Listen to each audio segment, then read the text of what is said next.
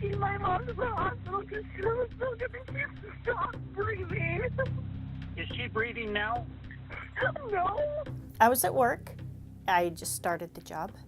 And my hand, my right arm, and the right side of my face felt odd. Just, I can't explain the feeling. It was not painful, but just like lethargic maybe. It felt something was wrong. I knew something was wrong.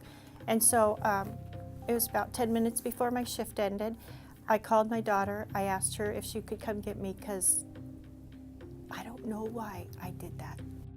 I got a phone call from her and she called and she said that she didn't feel funny, so she asked where I was.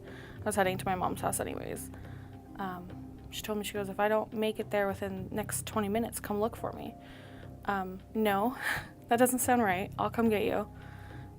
So I went to her work and I picked her up, and like I said, we went to the bank, we went home, and she laid down and didn't feel good still. So I told her, I was like, we gotta go.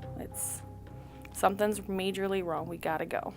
I had just gotten back from Seattle. I was there working with my dad. We had came back that day because we were gonna go to Silver Mountain for my birthday the next day with my mom and my sisters and everything. And so we got there and I was waiting for my sister. My sister came and picked me up. We got a couple blocks away from the house. And we were talking to her and she pretty much just kind of quit talking. And the bad part was it was rush hour on Friday and we weren't gonna be able to make it to the hospital. So we pulled over onto one of the side roads and called 911. You're gonna want your location. What's the location of your emergency? I'm on the corner of Indiana and Oregon. And what's the problem there? I was taking my mom to the hospital because she was so good and she stopped breathing. Did she choke on anything? No, she just breathed, Mom. She's just not. She's gasping for air, but there's nothing in her mouth. Okay, have her flat on the ground, tilt her head back a little bit, and look at her mouth, make sure there's nothing in her mouth. Robin and I, we had just cleared a hospital. We were just getting on the freeway to head to another post, and we got the call for CPR in progress, and we were real close to it. We were 3 minutes or so out. We got there about the same time fire department did. The fire department was still unloading gear, and I happened to just hop out a little faster and got to her first.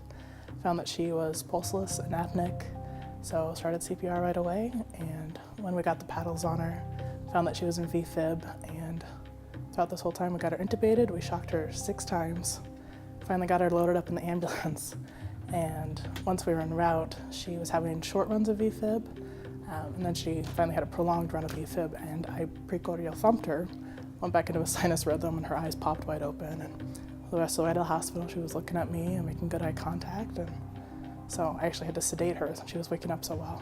I was scared that I was gonna lose my mom because I had no idea. I mean, I lost all of my training of CPR, just went out the window, had no idea how to do it, didn't know what to do.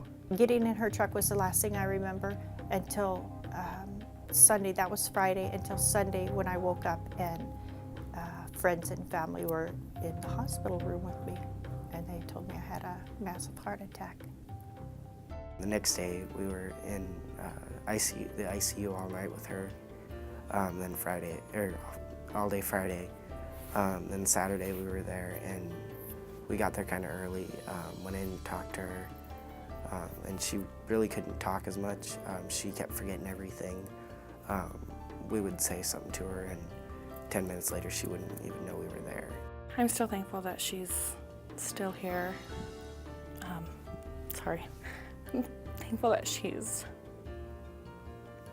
still able to be with me and see my brother grow up and see me and my nieces and nephews, because I need my mom.